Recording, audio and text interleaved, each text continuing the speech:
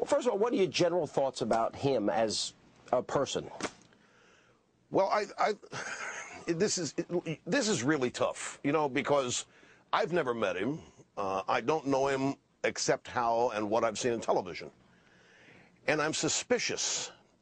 When I see the media and the entire establishment on the left lay down and become cult-like and not examine who he is, what he's done, and not really examine what he says, but just praise him because of how he says it, my antenna go up. I'll tell you, a lot of people are right now just, they're absorbed in the historical nature of this, first black president and so forth. Well, that is wonderful. That's great. But I got over that months ago after he won the election. I mean, Sean, he is our president now. And he's not black. He's not from Mars. He's our president. He's a human being.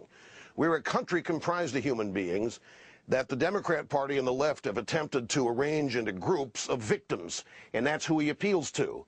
And the victims are the people waiting around for some grievance to be resolved. They're waiting around for something to happen for them, and he is parlaying that.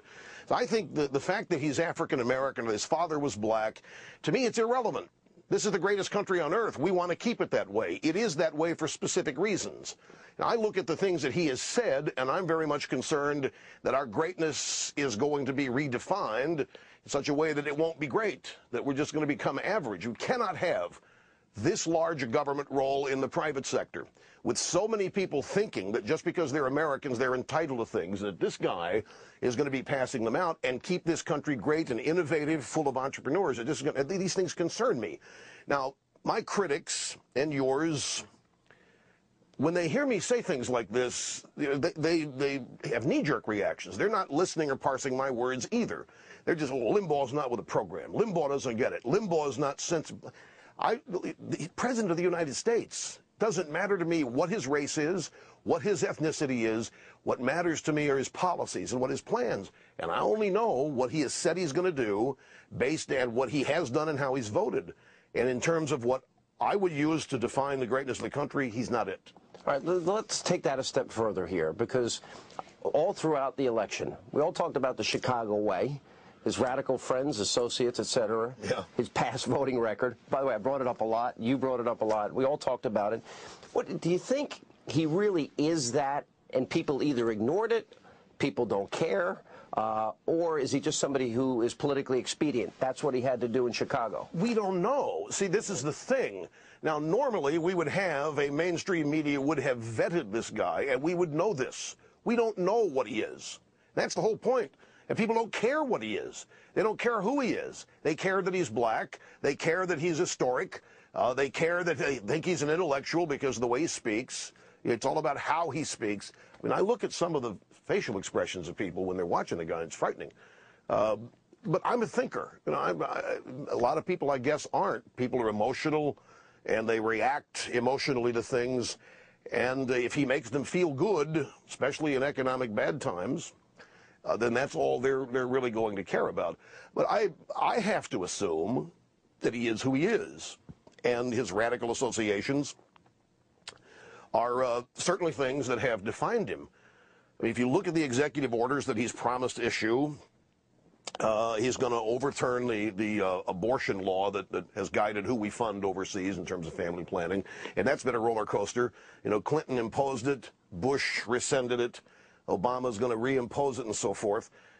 He's going to issue an executive order to close Guantanamo Bay, but it ain't going to happen for 4 years. I think you use the word expedient. He plays both sides. He's going to placate the far-left fringe kook base of his website people, and okay, he's going to close Guantanamo, but he's not going to close Guantanamo because he's not going to get out of Iraq in 16 months. He's going to say so, but he's not going to saddle himself with the defeat of our forces in Iraq or Afghanistan, and he's certainly not. I can't believe that he will willingly release people at Guantanamo who will come back and revisit terrorist acts in this country.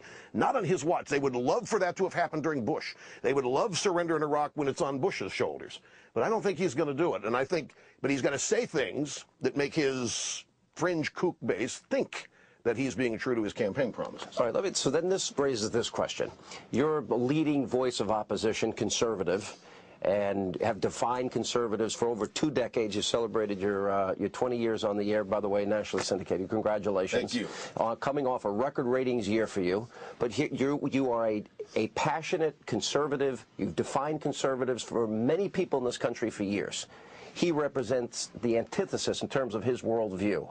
So then the question becomes, do you want him to succeed? Now, I am so glad that he asked me that question, that you asked me this question. I'm glad to. I'll tell you why. I am hearing many Republicans say that very thing. Well, we want him to succeed. And prominent Republicans, yes, we want him. They have laid down. They're drinking the Kool-Aid too. They have no guts to stand up for what their beliefs are because they're afraid of criticism. They're afraid of being called racist. They're afraid of not having gotten with the program. Now, the success can be defined 2 ways. I said earlier, I don't know about this guy. I really don't. I've got my suspicions, and they're pretty close to convictions, but we're going to have to wait, see what he does. Now, if he turns out to be a Reagan, if he adds Reagan to his recipe of FDR and Lincoln, and if he does cut some taxes, if he does not eliminate the Bush tax cuts, I would call that success. So, yeah, I would hope he would succeed if he acts like Reagan. But if he's going to do FDR, if he's going to do the New Deal all over, which we will call here the raw deal, why would I want him to succeed? Go back. Look, he's my president. The fact that he is historic is irrelevant to me now. That matters not at all. If he is going to implement a far-left agenda, and look, I think it's already decided, $2 trillion in stimulus, the growth of government. I think the intent here is to create as many dependent Americans as possible, looking to government for their hope and salvation. If he gets nationalized health care, I mean, it's over, Sean. We're never going to roll that back. That's the end of America as we have known it, because that's then going to set the stage for everything being government-owned, operated, or provided. Why would I want that to succeed? I don't believe in that. I know that's not how this country is going to be great in the future. It's not what made this country great. So I shamelessly say no. I want him to fail. If his agenda is a far-left collectivism, some people say socialism, as a conservative, heartfelt, deeply, why would I want socialism to succeed? Well, I don't know where what he wants to try has worked. It didn't work in the Soviet Union. It doesn't work in China. They're having to become like us in China in order to survive.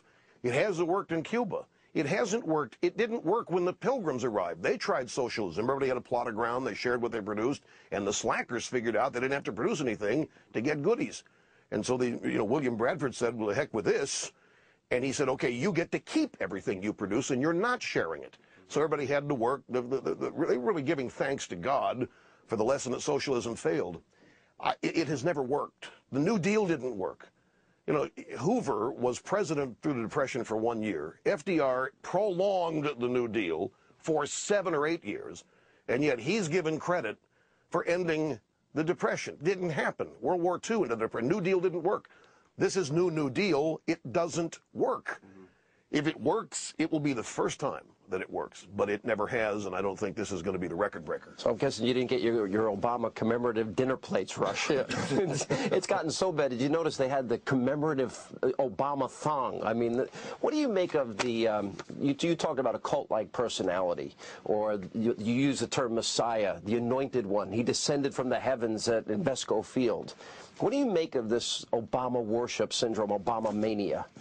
Well, it is cult-like, depending on the people you're talking about. But let's examine the drive-bys, the media. But you got to explain drive-by. Maybe 1 or 2 people have not heard you. The drive-by media, it's as simple as drive-by shooter, except the microphones are the guns. And they drive into groups of people. They report a bunch of totally wrong, libelous stuff about people. They create a giant mess. Sometimes people get really harmed. They go out and try to destroy people's careers. Then they get in a convertible, head on down the road, and do it all over again, while people like you and me are left to clean up the mess with the truth.